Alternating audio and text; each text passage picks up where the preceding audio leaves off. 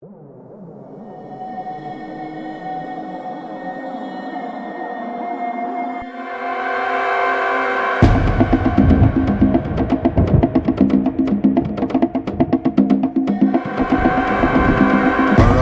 olukoso ọkọ̀yà, eégún ńlá tí ń yọná lẹ́nu, òòṣà ńlá tí ń bara rẹ̀ lẹ́rù, olójú orógbó, ẹlẹ́rẹ̀kẹ́ òbí. Tí ìtàn rí pé ó gbapò lọ́wọ́ ẹ̀gbọ́n rẹ̀.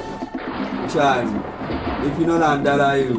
Tó tún wí pé ó gba ìyàwó ọ̀rẹ́ rẹ̀. Olukoso. Ṣáàrì.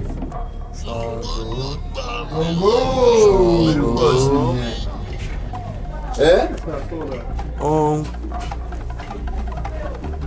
Pàṣẹ bí ara. Sango, god of thunder. The commander of lightning and thunder. Sango. Ojúláwa. Handler Olukoso nìyẹn, àyà náà. of what we know and Yoruba called Ìfiná là ń dára èrò. Ṣáàrì. Ose Sango.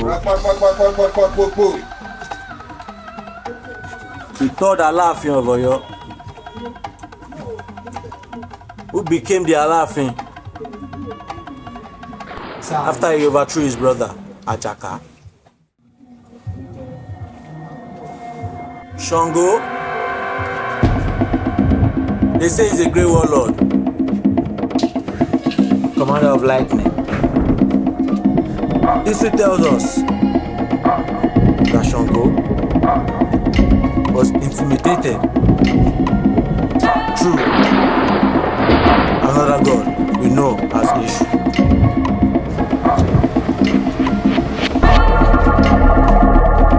Is it true that Sango that we hear and we know as he is it true that he vanished into the ground?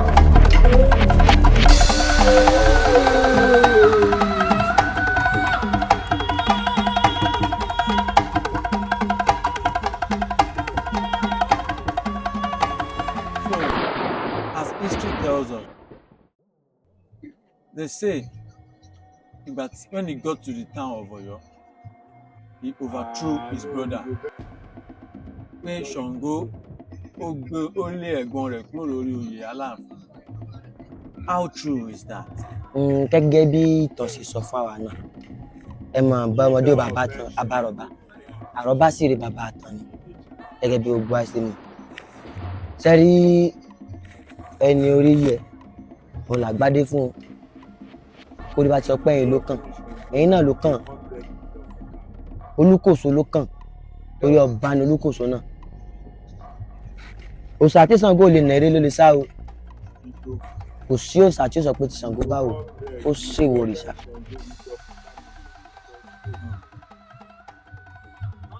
Gẹ́gẹ́ bí ẹ wá ṣe sọ́nsìn, as you have said, pé Sango ló kàn.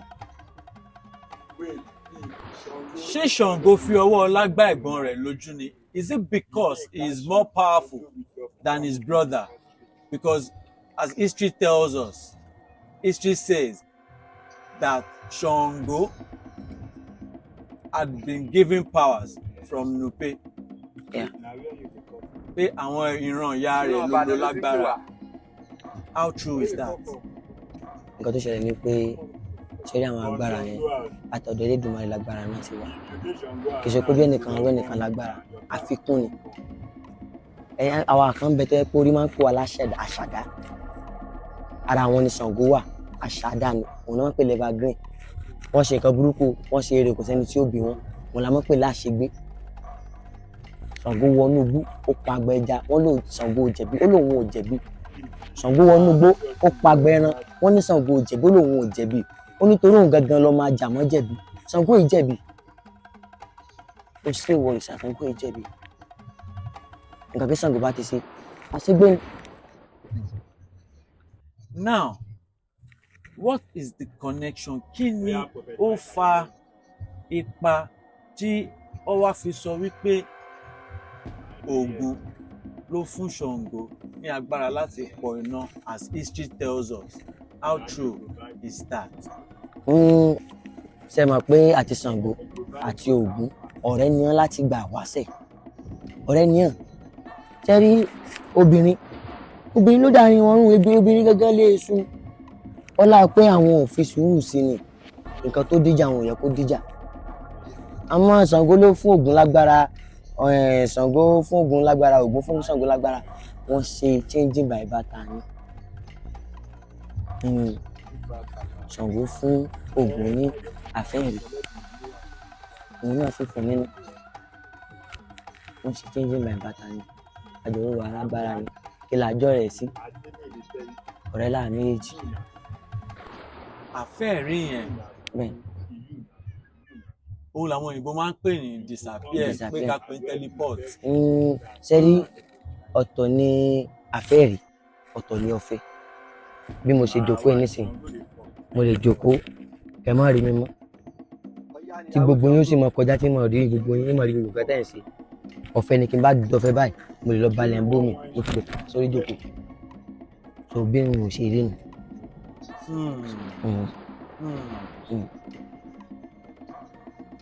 Now, as history tells us, history made it known to us that Èṣù ló dá ìjà Ṣàngó àti Ògún lẹ̀ lórí wípé ó wá parọ́ fún Ṣàngó wípé Ọya nífẹ̀ẹ́ rẹ̀. Ṣé lóòótọ́ ni àbí kò ń ṣe?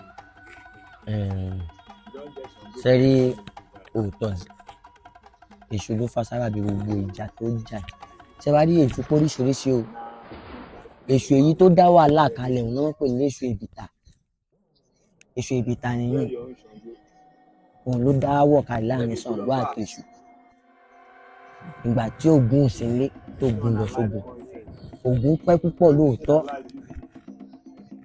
Olúkòso mọ̀ nǹkan tó ṣẹlẹ̀ sógun ó wò pé ó dà ìran ọba náà ní fi ṣu ọba jẹ ló fi rò pé tọ̀ òkú sẹ́ni tó lè fẹ́ yàwó ọ̀rẹ́ òun ló tó bẹ́ẹ̀ ó ti wá fẹ́ nù ó yẹ kí Ògún ṣe pẹ̀lẹ́pẹ̀lẹ́ àmọ́ ìbínú àti àìfarabalẹ̀ Ògún olúfàjà Olúkòso lòun ó jà ìgbìyànjú wọn kọ́ Olúkòso padà fẹ́yàwó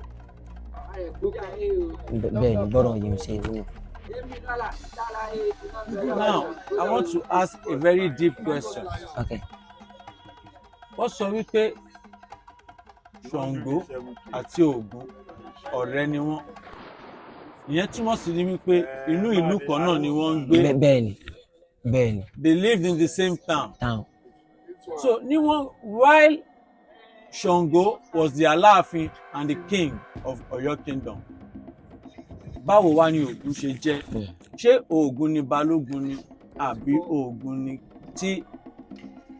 I want to know how that part came to be.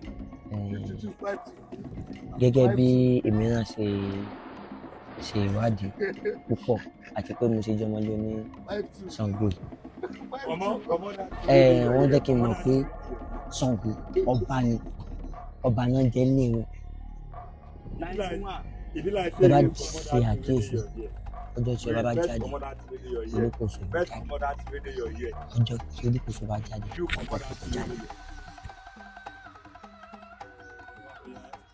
Now, as you just said, and I will go back to it, ẹ sọ wípé ọjọ́ tí ọba kankan bá jáde Olúkòso ń jáde. Níjọ́ tí ọba ń sọdún Olúkòso bá ń sọdún lọ ọba ìjáde lọ́jọ́ náà. Ọba máa ń jáde lọ́jọ́ náà. Ọba ìjáde. Ọba ìjáde. Now I want to ask a question. Mo béèrè wípé ṣé ìgbà tí Aláàfin Ṣàngó tó jẹ́ Aláàfin Ọ̀yọ́ ṣé ọba náà ni Ògún ni nílẹ̀ Ọ̀yọ́? Ògún ìṣọba. Ọ̀rẹ́ rẹ̀ ìyẹn túmọ̀ sí pé ọ̀rẹ́ rẹ̀ lásán. Ọ̀rẹ́ lásán lájẹ́ ọ̀rẹ́. They were just mere friends. Ọ̀rẹ́ lásán. Ògún ìṣọba.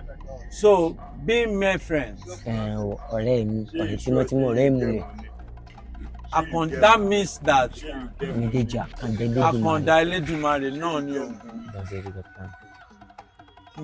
ẹ mọ̀ pé Ògún ló lánàá lẹ́yìn gbogbo òòṣà mẹ́rìndínlógún tí Elédùmarè dá. Ògún nìkan ló lánàá láti kọ̀lé ayé, láti kọ̀lé ọ̀run wá sí kọ̀lé ayé. Òun náà fi gbà fún un náà. Ògún lánàá meaning Ògún was the pathfinder. Gbogbo òòṣà pátápátá Ògún nìkan ló lánàá. As history tells us, being the pathfinder, is Ogun the first god? Bẹ́ẹ̀ni. As history tells us as well, bẹ́yìn ṣe sọ, ẹ sọ wípé Ògún lọ sí ogun ni, kò wá tètè padà wá. Nǹkan tó fa sábà bíi Ọya gbà. So báwo wá ni ìtàn wa ṣe sọ wípé èṣù ló fà? Nǹkan téṣù fi fà ni pé gbàrà tí Ògún dé látọjú ogun wípé èèyàn pàdé èèyàn gbà báyìí pé èèyàn rí èèyàn, èṣù lórí. Èṣù ló sọ gbogbo bọ́rọ̀ ṣe ṣẹlẹ̀ ló sọ fógun. Ẹ sì mọ̀ pé ọ̀rọ̀ òkèrè bí ó bá lé kan adé kan, àìmá sọ bẹ̀ rárá òun ni pé kò sọ kankan. Bó bá fi lè mú ọ sọ pé ààrẹ ó di gbá o, wọ́n ti bọ̀ fi fún ààrẹ ni. Èyí ò fáwọn tí ò bá nífẹ̀ẹ́ rẹ̀. Àwọn tó bá nífẹ̀ẹ́ rẹ̀ déédéé ohun tó wí wọ́n bọ̀ wí. Bọ́rọ̀ yìí ṣe lónà. Ó dáa. Kí before Sango can love Ọya so much tó fi gbàgbé àwọn ìyàwó tó kọ́kọ́ fẹ́ tó fi nífẹ̀ẹ́ Ọya, ṣé oúnjẹ ni Ọya mọ̀ sí àbí ṣé ẹ̀tù ló mọ̀ pa sí Sango lára tí Sango fi nífẹ̀ẹ́ rẹ̀? Why Sango loves her so much? Ọya òrìrì lẹ̀ képe hùn, Ọya lápẹ̀lẹ́ fìdá lálẹ́ gàràgà. Ṣé rí nínú rẹwà? Ọya rẹwà púpọ̀ bí egbin ni. Ẹsẹ̀ rí bínú bá ń bíyàn, bínú bá ń bí Olúkòso, tínú bí bàbá, tínú bí Olúkòso àyàrá náà àkàtà yẹ́rìyẹ́rì. Iná lójú iná lẹ́nu òòṣà tí Sango ò lè gbèrè lórí sá. Bó bá ìfojú kan Ọya, inú rẹ̀ àti wálẹ̀. Ìfẹ́ ni, ṣé rí bẹ́ẹ̀ bá nífẹ̀ẹ́ obìnrin, kódà kó mọ fojoojúmọ́ jà, káyé máa sọ̀rọ̀ ẹ̀ ní burúkú. Ọlá ìfẹ́ tẹ́ ẹ ní sí òun, òun lẹ́ mọ̀ wò mọ́ lára. Olúkòso nífẹ̀ẹ́ Ọya púpọ̀.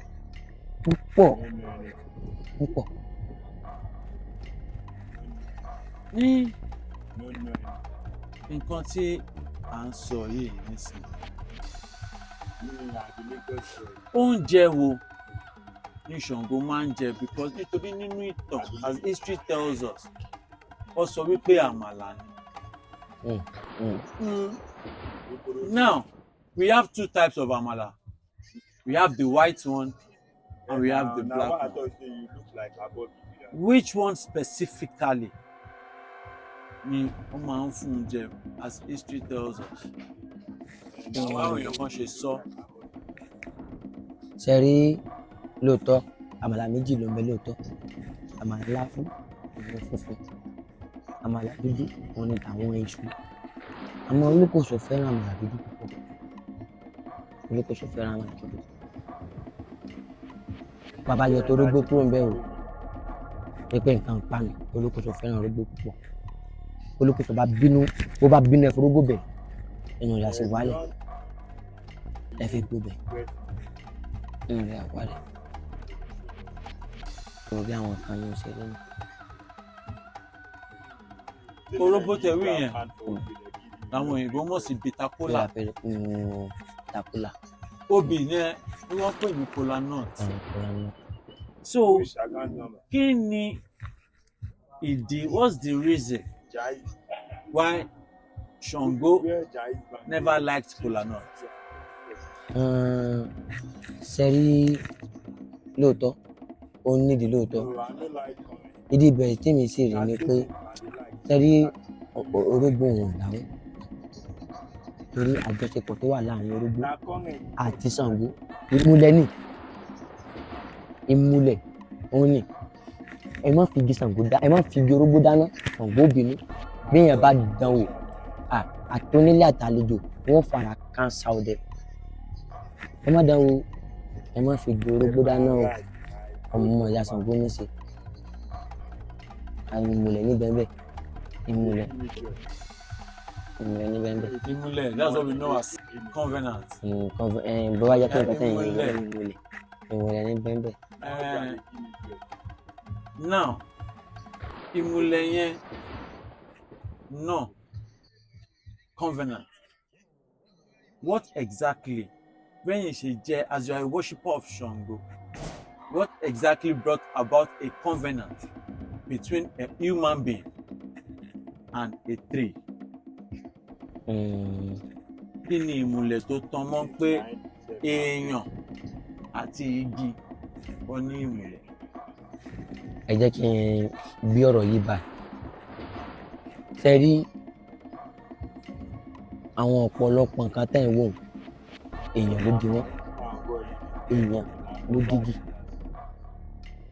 ẹ gbàgbọ́ ṣe rí àwọn igi kan wà bí ìrókò olúwerè báràbà bá tó àràbà èèyàn lẹ́bàá ń bẹ̀ ẹ máa gbọ́ tán lagi kan ẹ lè bọ́ kán bá iyán wọ́n bẹ́ ẹ̀gúsí nínú ẹ̀ wọ́n lè lagi míì kan sọ pé wọ́n rẹ́jẹ̀ wọ́n lè lagi míì kan sọ pé àwọn rómi tútù èèyàn ló dì wọ́n ẹlòmíì àìrọ́pẹ̀lẹ̀ á ní igi lásán ẹ má dán wò ẹ má dán wò sẹ́yìn lókè tẹ́tẹ́ ìwò kápò ọ̀rọ̀ mìíràn ló ṣe àmọ́ ọ̀pọ̀lọpọ̀ mọ̀ bíi kẹrin kan pàjẹ́ ṣé ẹrú olóńgbò tẹ́yìn náà ṣe wò akápò yẹn kan náà ní í ṣe bí ìránṣẹ́ àmọ́ àwọn olùmí ò mọ̀ ẹ láìpẹ́ yìí ṣèwádìí òun ló jẹ́ kẹ́ mọ̀ àwọn olùmí ò mọ̀ rárá orógbó tẹ̀ ń wò ó tó dìpọ̀ dìgí olóore tó ṣe fún ọ̀rọ̀ mìíràn olóore tó ṣe fún Ṣàngó ọ̀pọ̀lọpọ̀ ọmọ wọn lórí pé ẹ má dán o bí ẹ bá fi gbèsè kí ẹ bá fi gbèrè bú dáná àní kábàámọ̀ o àní kábàámọ̀ bí wọn ṣe jẹ́ wọn. Now what you are holding òun lè bá mọ̀ sí Ose Sango wọ́n ṣe sọ wípé Sango akíkanjú ogun ni. So are you telling me that when Sango goes to war ṣé nǹkan tó máa ń dìmú rẹ̀? Kò síbi tí Ṣàngó lè lọ ọ̀rọ̀ àkọ́kọ́ ni kò sí iná lẹ́ ń wò yìí bí Ṣàngó bá nà báyìí iná ni bó bá nà ọ̀tún iná ni bó bá nà òsì iná ni kò síbi tó nà sí iná ni àkàkí bàbá bá ń bínú bí ẹ bá dán rẹ̀ wò yóò dán tán àṣírí mo gé fún yín. Ose Sango yìí, now I would like to know outcome of it. Bó ṣe dín pé ó wá ṣé ó jogún agbára ẹ lọ́wọ́ bàbá rẹ̀ ni àbí ṣé Sango ló ṣe é fúnra ẹ̀? Because history made it known to us that Ogun, being the first deity and the first god to come, tóun ló máa ń ṣe irinṣẹ́ ìjà fúnra ẹ̀. He makes his own instrument of war. Ṣé gẹ́gẹ́ bẹ́ẹ̀ náà ni Sango ṣe ṣe Ose Sango rẹ̀ ni àbí pé ó jogún rẹ̀? Ṣe rí lóòótọ́ irinṣẹ́ ló jẹ́ fún Ṣàngó torí kò sí oníṣàngó láyé tó bá dé oníṣàngó ó gbọdọ̀ bó sí jogún báyìí lọ́wọ́ Ṣàngó àkọ́kọ́ Ṣàngó àkọ́kọ́ mú bọ̀ ni àgbọ̀ kò sí ó mú nǹkan rẹ̀ bọ̀ láti kọ̀ bọ̀ rẹ̀ torí nǹkan tá a fi mọ̀ lóní Ṣàngó náà ìwọ tó bá jẹ́ ní Ṣàngó gbọdọ̀ dé irun tó bá di irun àwọn ọkùnrin Ṣàngó ni oníṣàngó gbọdọ̀ ní aṣọ pupa púpọ̀ àwọn ọkùnrin Ṣàngó ni oníṣàngó gbọdọ̀ ní kélé àwọn ọ̀pọ̀ oníṣàngó ni oníṣàngó gbọdọ̀ lọ sí àwọn ọ̀pọ̀ oníṣàngó bẹ́ẹ̀ ṣe jẹ́ nù. ìgbà tí Ṣàngó ní eléyìí àti wá gbọ́ nùtàn náà pé ìgbà tí Ṣàngó gba ìyàwó Ògún pé wọ́n ja ìjà kan fún ọjọ́ 7 bẹ́ẹ̀ ni pé ṣùgbọ́n in the war they lost all their armies ṣùgbọ́n àwọn méjèèjì ò kú. bẹ́ẹ̀ ni So when they know that both of them won't die, why did they cause the war? And kí ni outcome, kí ni nǹkan tó ṣẹlẹ̀ lẹ́yìn ìgbà ogun náà? lẹ́yìn ogun náà àbí kó tó di pé ogun náà ṣẹlẹ̀. Lẹ́yìn ogun náà. lẹ́yìn ogun náà táwọn méjèèjì jà. Bẹ́ẹ̀ ni àti ìgbà tó ogun náà ṣẹlẹ̀ mo fẹ́ mọ̀ ìgbà tó ogun náà ṣẹlẹ̀ before the war started we know that wọ́n sọ wípé ìyàwó tí Ṣàngó gbà lọ́wọ́ rẹ̀ nítorí rẹ̀ lógun yẹn ṣe ṣẹlẹ̀. Nà bẹ́ẹ̀ ni. Pé wọ́n jẹ́ ìjà ogun yẹn fún ọjọ́ 7 bẹ́ẹ̀ ni ilẹ̀ ṣú ilẹ̀ mọ́ ilẹ̀ ṣú ilẹ̀ mọ́ ó di ọjọ́ 7 kú gbàgbó kó tó wá ìṣẹ̀ wá túká. Olúkòso ní sọ pé ọwọ́ òun lówó ikú Ògún ti wáyé Ògún náà ní sọ pé ọwọ́ òun ní ikú Ṣàngó ti wáyé. Ẹ mọ̀ bí agbára ọba jura wọn lọ ẹ bá jájájájá padà fẹ́ra nílẹ̀ náà ni ọlọ́kùn padà gbalẹ̀ lọ.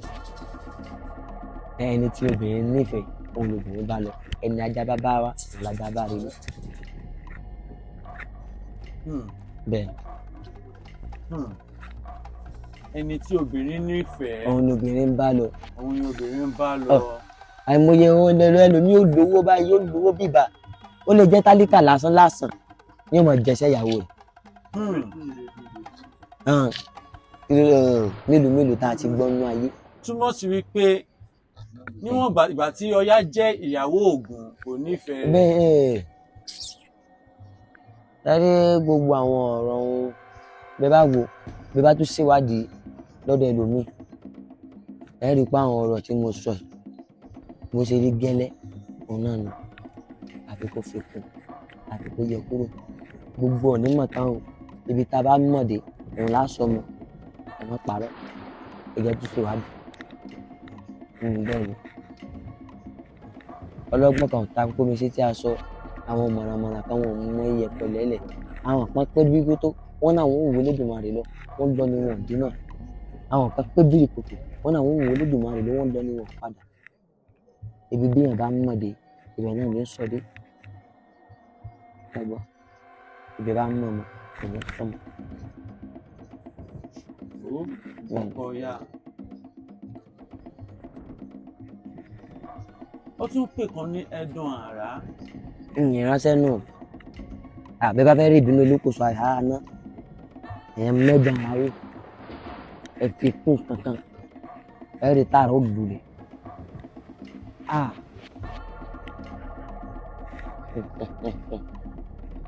Ẹdun àrá. Bẹ́ẹ̀. Tóyìnbó pè ní thunderbolt.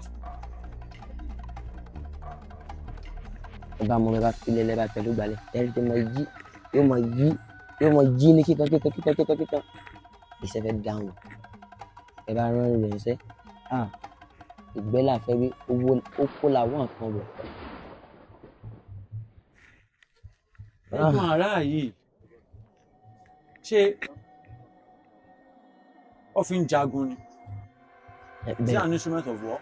Bẹ́ẹ̀ instrument of war ìránṣẹ́ ni mo ti gẹ́gẹ́ bí mo ti wí tẹ́lẹ̀ ìránṣẹ́ ni bẹ̀rẹ̀ gẹ́gẹ́ bá fẹ́ já báyìí àbí fẹ́ dagbó ajálẹ̀ ọ̀kọ́ léwájú bájá bá ti rẹ́ran ṣáṣẹ ìṣá pariwo ajá wọn sáré yóò lẹ́ràn o bẹ́ẹ̀ lẹ́dùn àrá ṣe rí Olúkòso afẹ́fẹ́ bínú tó bá fẹ́ jagun àṣẹ ọkọ lẹ́dùn àrá wájú àrá wọnú igbó ó pàgbà ẹran ó lóun àrá òun jẹ̀bi àrá gba onúgbó ó pàgbà ìjà ó náà àrá òun jẹ̀bi ó lóun ọmọ àrá òun máa jà mọ́ jẹ̀bi lọ oníṣàngó ìjẹ̀bi ẹ̀dùn àrá.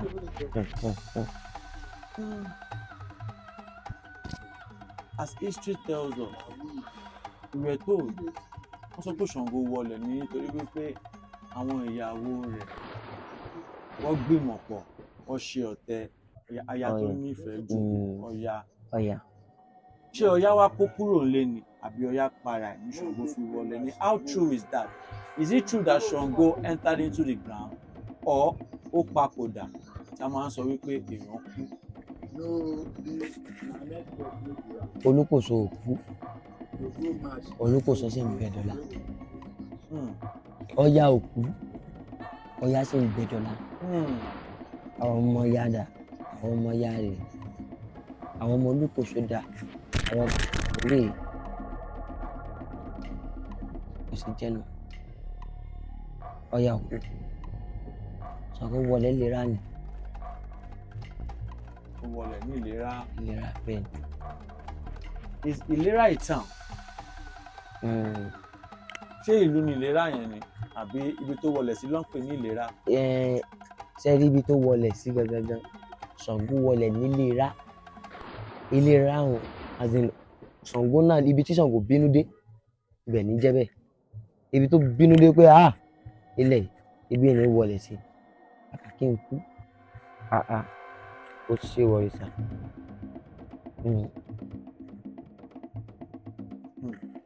Bí ẹ̀ ṣe jẹ́ nu. Sango Olukoso ọkọ Ọya.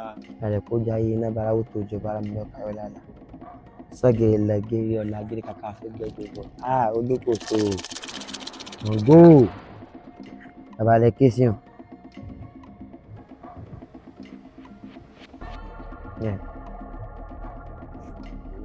Ọkùnrin kéṣì hàn.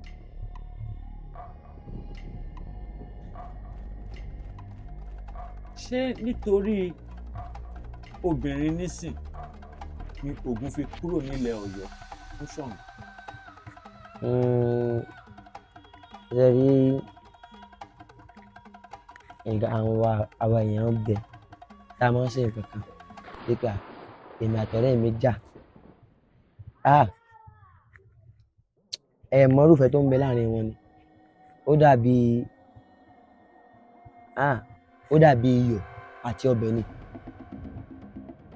Bí ọbẹ̀ ò bá rí yọ̀ òun kò ní dùn. Bí iyọ̀ náà ò bá rọ́bẹ̀ òun náà ní ìwúlò, ojú kan náà ni wọ́n náà padà sómi sí. Bẹ́ẹ̀ lọ́rọ̀ wọn ṣe rí. Kí iyọ̀ àti ọbẹ̀ wá jà. Ẹ̀wọ̀n kan wọ́n pé ìtìjú yìí ó pọ̀ irọ́ kàkà kí lẹ́ẹ̀kú ilẹ̀ ó yà sá ni. Olúwàkú kàkà kí kìnìún ó ṣàkápọ̀ ẹ̀kú olúkálùkù àyà sọdẹ̀ tiẹ̀ lọ́tọ̀ọ̀tọ̀. Now, there's a popular saying tí Yorùbá máa ń pè lówe pé ẹni tí Ṣàngó bá tójú ẹ̀ wọlẹ̀ kò ní jẹ́ bọ́n bọ́ba kò so láyé. Wọ́n bú ọba kò so mọ́. Láyé What fàbàdà. brought about that proverb? Ṣe rí gbogbo ẹ̀dá láyé tó bá wà níbi tí Ṣàngó ti lọ pọ́n lẹ́rú àbí ibi tí Ṣàngó ti jà. Ṣe rí ó dàbí ẹ̀ńsàsì ni àgbàdo àkírí ọ̀ tó ṣẹlẹ̀ mọ́. Àwọn tó ti ní tẹ́lẹ̀ wọ́n dẹ láìní. Ẹjọ́ wọ́n bá béèrè irú ìtàn bẹ́ẹ̀ lọ́wọ́ ẹni tán pé ẹ̀ńsàsì ń bọ̀ wá bó bá rókú eku kò ní gbé jẹ wípé irú ọ̀tún gbọdọ̀ ṣẹlẹ̀ lójú mọ́. Ẹni tí ó bà ló bá o. Ṣe rí àwọn tó bà kọ́lọ́run bá fi ìlọ́po kọ́lọ́run bá fi san wọ́n ni. Ẹni bà ló mọ̀. Ṣe rí bọ́rọ̀ ṣe rí nu a máa fi gbogbo ìwéra wọn ní èpo ẹ̀pà ló jọ kó sí ẹ̀ lérí. Mo ń fi ọ̀rọ̀ mo fi ń wéra fún kó bà lè yé yín yékéyéké. So ẹ rí pé ẹ̀sán kó bá tójú ẹ̀ ìwọlẹ̀ kò ní jẹ́ báwọn bábà kò tó láyé. Ibi kíkó ẹni méjì bá ti jà ní koríko bẹ̀ ìyá nìyẹn ó jẹ. Ṣe rí koríko bó bá láǹfààní àti sọ̀rọ̀ ọ̀rọ̀ burúkú ni ó mọ̀ sọ jáde. Ẹ bọ́dọ̀ ọ̀hún ṣe rí gbẹ́lẹ́ òun gangan nù. You have heard it from the horse's mouth. Ọmọ Ṣàngó ni wọ́n, and he is a Sango worshipper. He is a Sango worshipper. Now, I want to know, ṣé ó máa ń jogún kìíní pé agbọ́kọ̀ máa ń jogún Ṣàngó àwọn kan ṣé wọ́n tún máa ń ṣẹ́ Ṣàngó ni láti lọ ṣe. ṣe rí ọ̀rọ̀ tẹ́ ẹ sọ yìí òótọ́ ni àjogúnbá ń bẹ àwọn tó lọ ṣe wọ́n ń bẹ àwọn tó yọ sí wọ́n ń bẹ Elédùmarè òkú ájò ẹ má gbàgbé àṣejù ni ò dáa ṣe rí most of àwọn èèyàn tẹ́ ń wo nǹkan lè Elédùmarè pẹ́ gẹ́gẹ́ bí àfa àbí wòlíì wípé dandan ni kí mo ṣàfà ọmọ mi ṣàfà irọ́ ni ẹbí pásítọ̀ tẹ́ ń wò mí ọmọ pásítọ̀ gidi ni mí tí dáàdi mi ní church ní Ìpíndó ní Iléṣà ọmọ ilé oníyọ̀ ni mí ní ìlú Ìpèrèndó Ọ̀gẹ̀rẹ̀kùn ọmọ ajápọ̀nlẹ̀ odògùn gúdé tán kan dòrò àjánù sẹ́rí lóòótọ́ school mo lọ school Iléṣà mo ṣe gbá mo ṣàwọ̀ nítorí pé mo jáde ní 2010 gbogbo àwọn kan yẹn ó kúnra wọn bó tí mi ò lè gbà nǹkan kékeré ojú mi àtàyè lè nǹkan kékeré ojú mi àtàyè ó sọ fún àwọn èèyàn kó máa ń pè mí Ṣàngó nígbà tí mi ò tí ì ṣe Ṣàngó rárá mi kì í ṣe Ṣàngó but wọ́n kọ́ máa wò pé Ṣàngó ẹ ti understand so àṣegbá ṣàwo sọ̀tún ṣòsì gbogbo ọjọ́ ra wọn wọn náà fi kí n lọ join kí n lọ gba Ṣàngó kí mi náà mọ ṣe Ṣàngó wọn á wò pé èmi ọmọ wòlíì tí wọn máa ṣe Ṣàngó lóòótọ́ bí mi lè ṣe Ṣàngó dáadé mi náà gbà wọn fàárí ká wọn ranjú wọn ti bu ẹ̀rí rárá òní ṣe Ṣàngó òní ṣe gá òní ṣáà fún ara mi báyìí mo fẹ́ ṣe ara mi rẹ lọ́bẹ̀.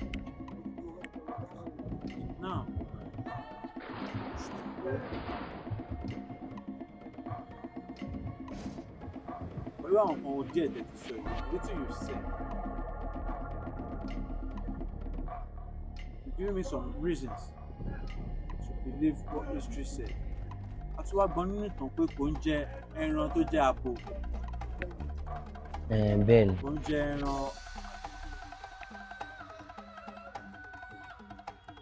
Ṣàngó fẹ́ràn àwọn ẹran ọ̀jọ̀ púpọ̀ ẹran tó ń pa lóòjọ́ tó ń ṣe lóòjọ́ fresh meat ó fẹ́ràn rẹ̀ púpọ̀ bí nǹkan mú ẹran fún fúkú ìgbéná ní fúkú ara ẹran tó sàwọ́ ń bẹ̀ tó wà lọ jẹ́ bí ọwọ́ ẹ̀yìn.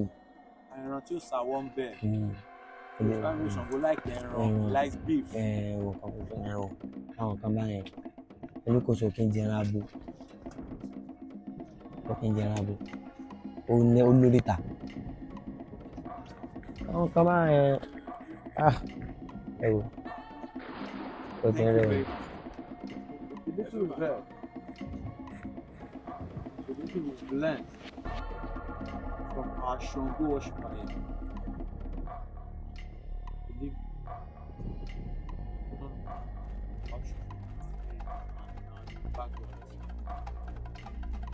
Sango dédé pààyàn Sango apáyé tó máa ṣe èpè Sango apáyé Sango á ṣe báyìí fún ọ ní láti gbọ́ rẹ̀ Sango dédé pààyàn. Our gods are not evil. Bẹ́ẹ̀ni Ṣàngó dédé pààyàn o.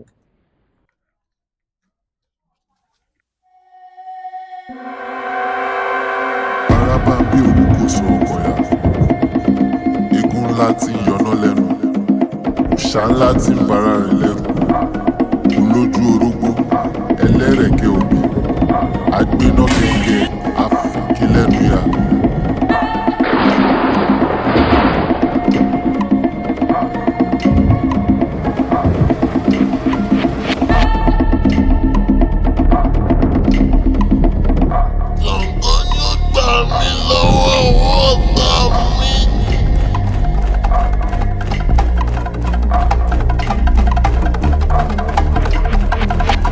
Araba bí olukoso ọkọ̀yà eégún ńlá tí ń yọná lẹ́nu òòṣà ńlá tí ń bara rẹ̀ lẹ́nu olójú orógbó ẹlẹ́rẹ̀kẹ́ òbí agbéná gẹ́gẹ́ àfìkí lẹ́nu yá.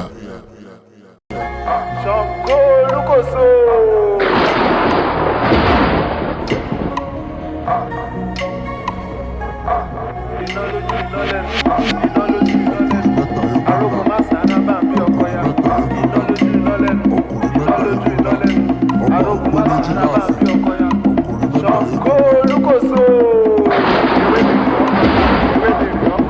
ewé lè kó lálàá ó ẹni ṣògo bá tojú ẹ̀ wọlé kò lè bọ́mọ bọ́ba kò so ara bá bí olùkóso èmi ti fọwọ́ kẹ́ ń sọ̀rọ̀ èmi ti fọwọ́ kẹ́ ń sọ̀rọ̀ èmi ti fọwọ́ kẹ́ ń sọ̀rọ̀ Ṣàngó.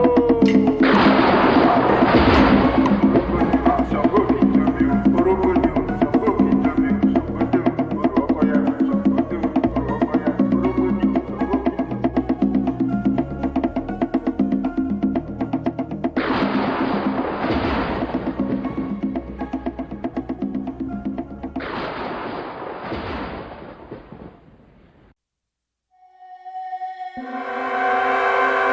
Ara bá ń bí olukoso ọkọ̀yà.